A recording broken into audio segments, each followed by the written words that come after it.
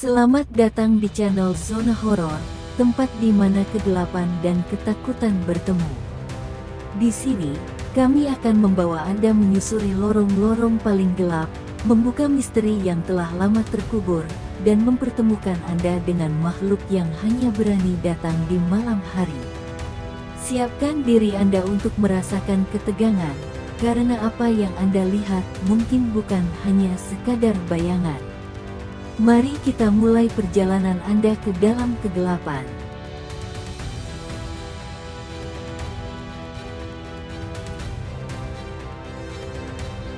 Pesugihan air liur pocong. Dito adalah pemuda miskin yang hidup di desa terpencil. Kesulitan ekonomi membuatnya putus asa, terutama setelah ibunya jatuh sakit dan butuh biaya pengobatan yang besar.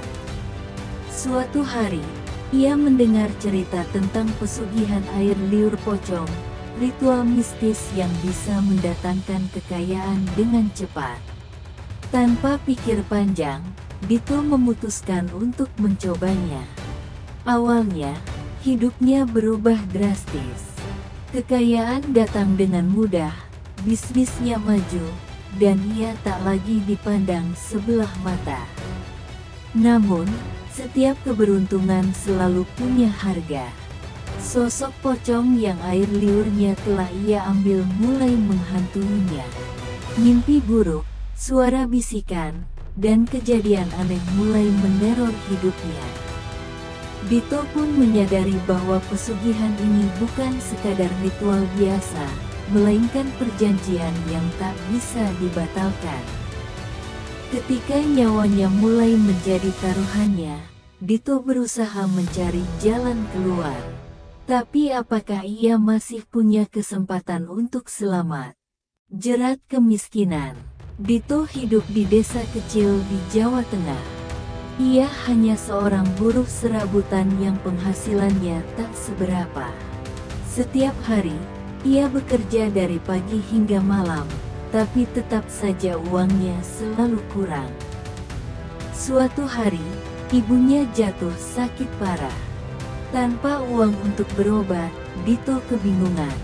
Ia mencoba meminjam uang dari tetangga, tapi tak ada yang mau membantunya. Miskin kok sok-sokan mau ngutang, kata salah satu tetangganya dengan nada menghina. Hati Dito panas. Ia merasa dunia tak adil. Dalam keputusasaannya, ia duduk termenung di warung kopi desa, mendengarkan obrolan dua pria tua tentang cara cepat kaya. Kalau berani, ada pesugihan air liur pocong. Tapi syaratnya berat, kata salah satu dari mereka. Dito tertarik. Ia pun mencari tahu lebih banyak. Pencarian sang dukun. Setelah bertanya ke sana-sini, Dito akhirnya menemukan nama seorang dukun yang bisa membantunya, Mbah Suryo. Mbah Suryo tinggal di hutan terpencil, jauh dari desa. Malam itu juga, Dito nekat pergi menemuinya.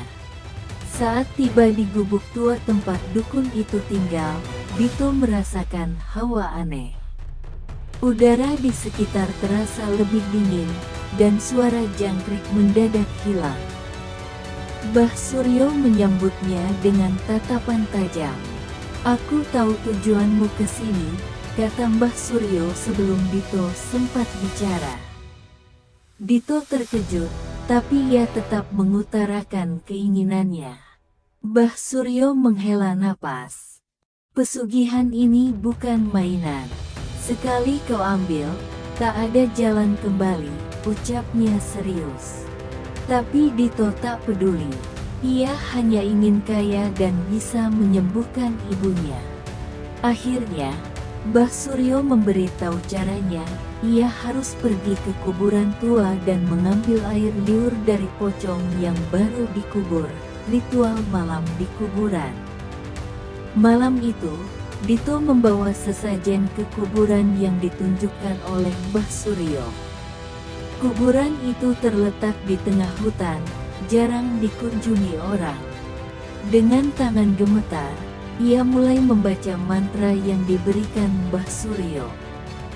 Tiba-tiba, tanah kuburan yang ada di hadapannya mulai berguncang. Dari dalam, sesosok pocong muncul perlahan. Matanya kosong, tubuhnya berbau busuk, dan dari mulutnya menetes cairan kental ke tanah. Dito hampir lari, tapi ia teringat tujuannya. Dengan penuh keberanian, ia menampung air liur pocong itu ke dalam botol kecil. Setelah mendapatkan apa yang ia butuhkan, Dito segera berlari pulang tanpa menoleh ke belakang. Kekayaan mendadak. Keesokan harinya, keajaiban terjadi. Ketika Dito bangun tidur, ia menemukan tumpukan uang di bawah kasurnya. Jumlahnya cukup untuk membiayai pengobatan ibunya.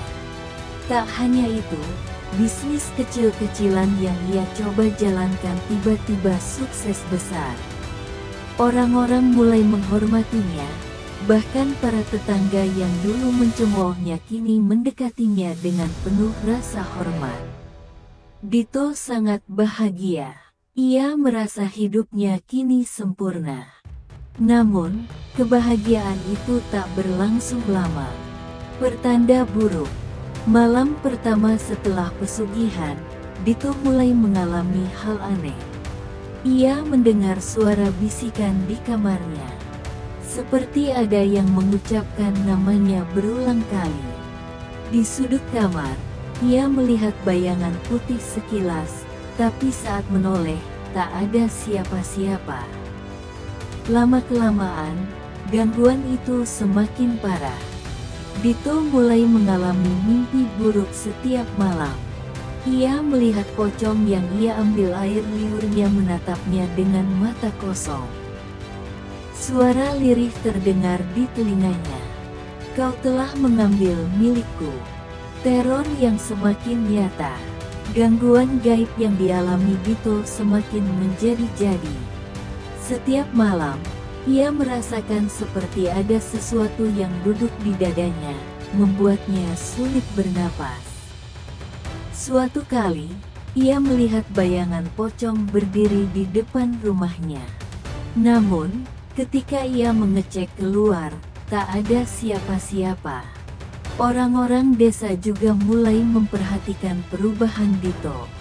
Ia tampak lebih kurus, wajahnya pucat, dan matanya cekung. Mbah Suryo memperingatkannya lagi.